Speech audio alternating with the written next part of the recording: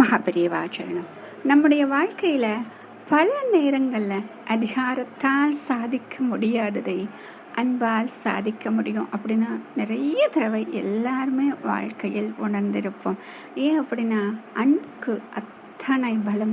அன்பு அப்படின்னு பார்த்தீங்க அப்படின்னா அதிகாரத்தை விட மிகவும் மிருதுவாக இருக்கக்கூடியது.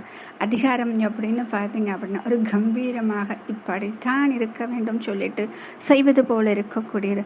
ஆனால் அது கூட சாதிக்க முடியாத ஒரு விஷயத்தை அன்பு சாதிக்கிறது அப்படின்னா அது எவ்வளோ பெரிய விஷயம். ஆனால் அந்த அன்பினால் சாதிக்க முடியக்கூடிய விஷயத்தை நாம் பல நேரங்களில் மறந்து விடுகிறோம். அப்போ என்ன பண்ணுறோம் அப்படின்னா நமக்கு கோபம்தான் வருகிறது. என்னிடம் இவ்வளவு பணம், பதவி, பலம், ஆள்பலம் என்னென்ன இருக்கோ எல்லாமே இருக்கிறது, என்னால் சாதிக்க முடியவில்லை, ஒரு சாதாரண மனிதனால் எப்படி சாதிக்க முடிந்தது அப்படின்னு நம்மை நாமே 1000 முறை கேள்விகள் கேட்டுக்கொண்டிருக்கிறோம். அது போன்ற சமயங்களில் இந்த அன்பு அப்படிங்கிற ஒரு விஷயம் நம்ம மனசுக்குள்ளே இருந்துச்சுன்னா அதிகாரம் எங்கேயோ காணாமல் போயிடும். ஏனென்றால் அனைவருமே சக மனிதர்கள் தானே. ஒருவருக்கொருவர் உதவி புரிவது தான். ஒருவருக்கொருவர் பேசும் பொழுதும் செய்யும் பொழுதும் அந்த அதிகார மனோபாவத்தை விட்டுவிட்டு சக மனிதனிடம் மனிதாபிமானத்துடன் அன்புடன் அதை சொன்னால் அடுத்த நொடியே நிறைவேறக்கூடிய விஷயங்கள் தான். இதுக்கு அழகாக ஒரு உதாரணம் சொல்லுவாங்க.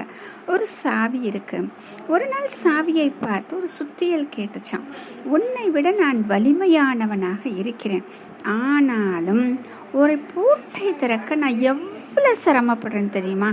ஆனால் நீ எப்படி அவ்வளவு அழகாக உள்ள வச்ச உடனே திறந்துறியே, அது எப்படி அப்படின்னு கேட்டுச்சான். அதுக்கு சாவி அழகாக பதில் சொல்லிச்சாங்க. நீ என்னை விட பலசாலி தாங்க, அது கண்டிப்பாக நான் ஒத்துக்கிறேன். ஆனால் பூட்டை திறக்கிறதுக்கு நீ என்ன பண்ணுற, அதோட தலையை அடிக்கிற, அப்படியே டம்மு டம்முன்னு போட்டு அடிக்கிறியே. ஆனால் நான் என்ன தெரியுமா பண்ணுறேன், அந்த பூட்டினுடைய இதயத்தை தொடுகிறேன். அந்த இதயத்தை தொட்டுவிட்டால் அனைத்தும் திறந்துவிடும். அதுதாங்க பல நேரங்களில் இந்த குழந்தைகள் பிடிவாதம் பிடிக்கிறாங்க பாருங்க. அந்த பிடிவாதம் பிடிக்கும் பொழுது நாம் என்ன பண்ணுறோம் அப்படின்னா கோபம் அப்படிங்கிற ஒரு சுத்தியலை வச்சுக்கிட்டு நாமும் பிடிவாதமாக அந்த சுத்தியலை வச்சுட்டு அப்படியே அடிச்சுட்டே இருக்கோம். அப்போ அந்த பூட்டு திறக்குமா அப்படின்னா திறக்காதுங்க. அதே சமயம் அன்பு என்ற வார்த்தையை உபயோகித்து விட்டால் அங்கே நாம் அவர்களுடைய இதயத்தை தொட்டு விடுகிறோம். அப்பொழுது அழகாக அந்த குழந்தைகள் நாம் சொல்வதை கவனிக்க ஆரம்பிக்கிறார்கள். தன்னுடைய குற்றங்களை புரிந்து கொள்கிறார்கள். தன்னுடைய தவறுகளை திருத்திக் கொள்கிறார்கள். பல நேரங்களில் நாம் சுத்தியலாகத்தான் இருக்கிறோம், சாவியாக மாற முயற்சிப்பதே கிடையாது.